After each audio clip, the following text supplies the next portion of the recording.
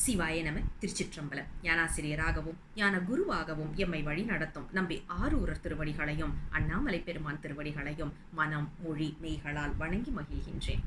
இன்றைய ஞான சிந்தனையில் சொக்கநாத வெண்பா என்ற அற்புதமான நூலில் இருந்து 34வது பாடலை சிந்திப்பதற்கு திருவருளும் குருவருளும் கூட்டியுள்ளது. 34வது பாடல்.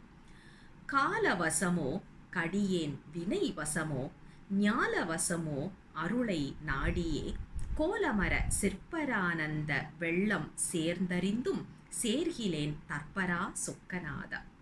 அற்புதமான ஒரு பாடல். அதாவது இதுக்கு நாம தனியா பொருள் பார்க்க வேண்டிய அவசியமே இல்லை, நேரடியாகவே புரிந்து கொள்ளக்கூடிய ஒரு எளிமையான பாடல். இதை பாருங்க, இது நம்ம கொண்டு கூட்டி தான் பார்க்க போறோம். ஆனா முதல்ல மேலோட்டமான ஒரு பொருளை பார்த்துருவோம். அருளை நாடி, பெருமானை அடைவதற்கு திருவருள் துணை கண்டிப்பாக நமக்கு வேண்டும்.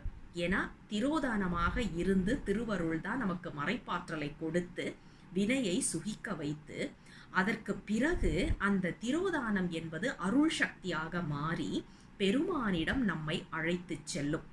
அந்த தாத்பரியம்தான் இன்னைக்கும் பார்த்தீங்கன்னா எந்த ஆலயத்துக்குள்ள நாம சென்றாலும் இலிங்க திருமேனி மட்டும் நமக்கு வெளியில தெரியும்.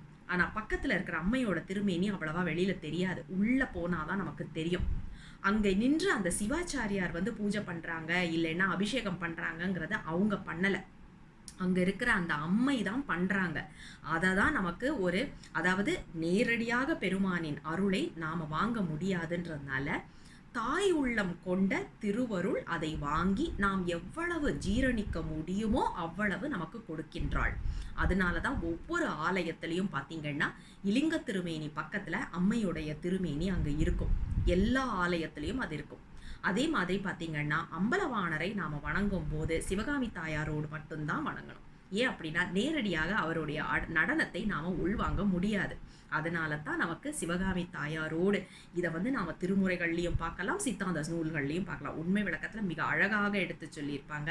அதே மாதிரி நமக்கு காழிப்பிள்ளையாருடைய திருமுறைகள்லையும் நாம் இதை நிறைய இடங்கள்ல வந்திருக்கோம். அதாவது அம்மைக்கான பெருமான் நடனம் ஆடுகின்றார் அப்படிங்கிற ஒரு குறிப்பு. ஏன் அப்படின்னா அதுதான் நாம எவ்வளவு உள்வாங்க முடியுமோ அவ்வளவை நமக்கு அம்மை கொடுப்பார் அப்படிங்கிறதுனால தான். அப்போ இந்த திருவருள் நமக்கு இருக்கணும், திருவருளோட துணை நமக்கு இருக்கணும். சரி, அப்படி இருந்தால் என்னங்க கிடைக்கும் அப்படின்னா ஆனந்த வெள்ளத்தில் நாம் மூழ்குவோம். வெள்ளம் அப்படின்னா நம்ம எல்லாருக்குமே தெரியும் எப்படி வரும் அப்படின்னுட்டு. யோசிச்சு பாருங்க, சுனாமி வந்தப்போ என்ன ஆச்சுது சொல்லவே வேண்டாம், அவ்வளவு அழிவு செய்துட்டு போச்சுது. கங்கையில் வெள்ளம் வந்தது, என்ன பண்ணிட்டு போச்சுது எல்லாருக்கும் தெரியும், துவம்சம் பண்ணிட்டு போச்சுது. அப்போ வெள்ளம் எப்படி வரும் அப்படின்னா துவம்சம் செய்கிற அளவுக்கு வருது. இன்றும் நாம் அதை பார்த்துட்டு தான் இருக்கிறோம். இதில் பாருங்க, ஆனந்த வெள்ளம் நம்மை மூழ்கடிக்கக்கூடிய திக்குமுக்காட செய்யக்கூடிய அளவிற்கு வரக்கூடிய ஆனந்த வெள்ளம் யார் கொடுக்க முடியும் அப்படின்னா அம்மை மட்டுமே, திருவருள் மட்டுமே கொடுக்க முடியும். ஏன்னா அதுதான் பெருமானோடு இருக்கக்கூடிய ஒரு சக்தி. சரி, இப்போ இந்த திருவருள் என்று சொல்லப்படுவது நம்ம மேலே விழணும் அப்படின்னா நாம் என்ன செய்யணும்? நாம் பெருமானிடம் நம்மை சரண் கொடுக்க வேண்டும். இதுதான் நம்ம ஒவ்வொரு பாடல்லையும் பார்த்துட்டு வர்றோம். ஆனால் இங்கே குருமுதல்வர் சொல்கிறாரு, இதுதான் உண்மையான இன்பம் என்று எனக்கு தெரியுது சாமி, ஆனாலும் இதை மீறி நான் வேற வேற செயல்களை செய்கிறனே. இது குருமுதல்வர்க்காக அவர் சொன்னது கிடையாது. நாம் சொன்ன மாதிரி இலக்கணத்தில் அதாவது தன் உணர்ச்சி தனி உணர்ச்சி என்று 2 சொல்லுவோம் இல்லையா, அந்த மாதிரி தான் இதை பார்க்கணும். ஆசிரியர் நமக்காக பாடியது இதெல்லாமே அவர்கள்லாம் இதெல்லாம் கடந்த நிலையில இருக்கிறாங்க. ஆனால் நம்மை போன்றவர்களை கடைத்தேற்ற வேண்டும் அப்படிங்கிறதுக்காக அவர்கள் நம்மை அங்கே நிறுத்தி அவர்கள் பாடுவதாகத்தான் நாம் இந்த பாடலை பார்க்கணும். அப்போ சொல்கிறாங்க, என்னென்னமோ நான் செய்துட்டு இருக்கிறேன் சாமி, ஆனால் உன்னுடைய திருவருள் தான் எல்லான்னு எனக்கு தெரியும், ஆனந்த வெள்ளத்தை நான் அனுபவிச்சுட்டு தான் இருக்கிறேன், ஆனாலும் இதை மீறி போகின்றேனே அப்படின்னு ஒரு கேள்வி கேட்டு நிற்கிறாரு. இதை எப்படி நாம் பார்க்கணும் அப்படின்னா, அருளை நாடியே கோலமர சிற்பரானந்த வெள்ளம் சேர்ந்து அது எப்படி இருக்கு என்று அறிந்து கொண்டேன்.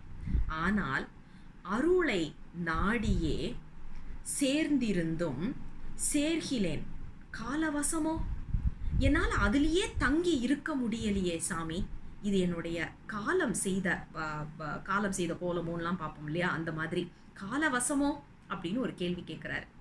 இதை நாம் எப்படி இதை பார்க்கணும் அப்படின்னா யோசிச்சு பாருங்கள். காலையில் உட்காந்து சிவபூசை செய்கிறோம், பெட்டகத்தை திறந்து சாமியை வெளியில் எடுத்து அவ்வளவு ஆனந்தத்தில் நாம் செய்துட்ருக்குறோம். ஏன்னா அந்த ஒரு குழந்தைய எடுத்து அபிஷேகம் பண்ணி அலங்காரம் பண்ணி அதுக்கு போற்றி சொல்லும்போது சாப்பாடு ஊட்டும் போதெல்லாம் அவ்வளவு ஒரு ஆனந்தம்.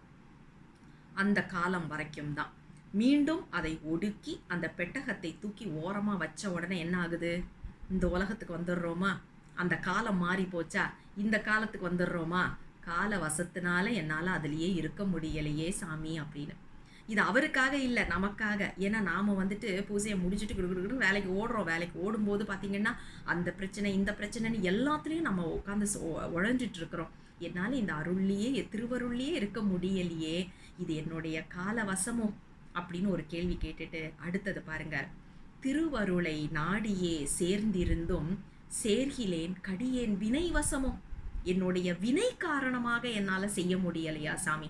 நான் இப்படி எங்கெங்கேயோ உட்காந்து என்னென்னமோ வேலை செய்துட்டு எப்படியெல்லாமோ அவஸ்தைப்பட்டுட்டு யார் வாயிலெல்லாமோ விழுந்துட்டு இப்படிலாம் இருக்கிறனே, இது என்னுடைய வினை காரணமாகவா என்னன்னு எனக்கு தெரியலை. பூசை பண்ணும்போது எல்லாம் அவ்வளவு ஆனந்தமாக இருக்குது. பூசையிலேருந்து எழுந்து வெளியில் வந்த உடனே இவ்வளவு சிரமங்கள் வருதே, அது என்னுடைய வினை வசமா சாமி? அல்லது அடுத்தது பாருங்க. அருளை நாடியே சேர்ந்து அறிந்தும் சேர்கிலேன் ஞாலவசமோ. நான் இருக்கக்கூடிய இந்த உலகத்தினாலையா? ஏன்னா வெளியில் இறங்குன உடனே இன்றைக்கி எம்ஆர்டியை பிடிக்கணுமா, பஸ்ஸை பிடிக்கணுமா, காரை பிடிக்கணுமா, கிராபை கூப்பிடணுமா, எவ்வளவு ஒரு குழப்பம் நம்மளுக்கு வருது. இந்த உலகத்தில் நாம் உழலும் போது, அதாவது நம்ம சொல்லுவோம் இல்லையா, ஆங்கிலத்தில் ரேட் ரேஸ்ன்னு சொல்லுவாங்க. இன்றைக்கி நாம் எல்லாருமே அதில் தான் இருக்கிறோம். அடுத்த வேளை சாப்பாட்டுக்கு உழைக்கணும். ரிட்டையர்மெண்ட்ன்றதெல்லாம் யோசிச்சே பார்க்க முடியாத ஒரு நிலைமைக்கு நாம் இப்போ வந்துட்டோம். யோசிச்சு பார்த்தா ஒவ்வொரு நாடுகளில் வந்துட்டு ரிட்டையர்மெண்ட் ஏஜை வந்து மாற்றிக்கிட்டே இருக்கிறாங்க. காரணம் என்னென்னா நம்மளுடைய நிலைப்பாடு அந்த மாதிரி மாறிக்கிட்டு இருக்கு. அப்படிப்பட்ட உலகத்தில் நாம் இருக்கிறோமா? இந்த உலகத்தில் இருப்பதனால என்னால் இந்த இன்பத்தில் இருக்க முடியலையா? என்ன சாமி காரணம் அப்படின்னு சொல்லிட்டு அதுவே நான் அப்படின்னு, அதாவது தத் என்ற ஒரு சொல், நமக்கு வந்து 9ஆம் திருமுறையிலையும் இந்த பாடல் நாம் பார்த்துருக்குறோம். தற்பரம் பொருளே சசிகண்ட சிகண்டா சாமகண்டா அப்படின்னு சொல்லிட்டு நம்ம பார்த்துருக்கோம் இல்லையா? அந்த குறிப்பை நாம் இங்கே வச்சு பார்க்கணும். தற்பரா சொக்கநாதா என்று தத்துவமசி என்று சொல்லப்படுகின்ற ஒரு மகா வாக்கியம் இருக்கின்றது. அதாவது அதுவே நான் ஆகின்றேன் அப்படின்னு சொல்லிட்டு. அப்போ அந்த அதுவாக இருக்கக்கூடியவனே நீதான் எல்லாத்துக்கும் மேலே இருக்கிற, கால தத்துவத்துக்கு மேலே இருக்கிற, உலக தத்துவத்திற்கு மேலே இருக்கிற, அதாவது காலம் நியதி அந்த 7 கலைகள் சொல்லுவோம் இல்லையா, அந்த 7 தத்துவங்கள் வித்யா தத்துவங்களுக்கு மேலேயும் இருக்கக்கூடியவன் நீ. இங்கே வந்து நமக்கு காலம், வினை மற்றும் ஞானம் என்று சொல்லி நியதி தத்துவத்தையும் கால தத்துவத்தை மட்டுமே கொடுத்துருக்குறாங்க. ஆனால் இந்த உலகத்தில் நீங்கள் எதை எடுத்தாலும் 2 விஷயத்தில் அடக்கிடலாம், டைம் அண்ட் ஸ்பேஸ். அந்த 2 தான் இங்கே கொடுத்துருக்குறாங்க. காலம் என்பது டைம், ஞானம் என்பது ஸ்பேஸ். அப்போ அந்த டைம் அண்ட் ஸ்பேஸ், காலம் ஞானம், இந்த 2த்தையும் தாண்டினது தான் நம்ம சிவபெருமான் இருக்கக்கூடிய ஆட்சி செய்யக்கூடிய இடம். அப்படி இருக்கும்போது சாமி இதெல்லாத்தையும் கடந்தவன் தானே நீ, உன்னுடைய திருவருள் என் மேலே நிலைத்து இருப்பதற்கு உன் கருணை செய்யக்கூடாதா என்று கேட்டு மிக அழகாக நிற்கின்ற ஒரு பாடல் தான் இந்த 34வது பாடல். மீண்டும் அடுத்த பாடலோடு விரைவில் உங்களை சந்திக்கின்றேன். தென்னாடுடைய சிவனை போற்றி, எந்நாட்டவர்க்கும் இறைவா போற்றி, அண்ணாமலை வண்ணா போற்றி, கண்ணாரமுத கடலே போற்றி, சிவ சிவ திருச்சிற்றம்பலம்.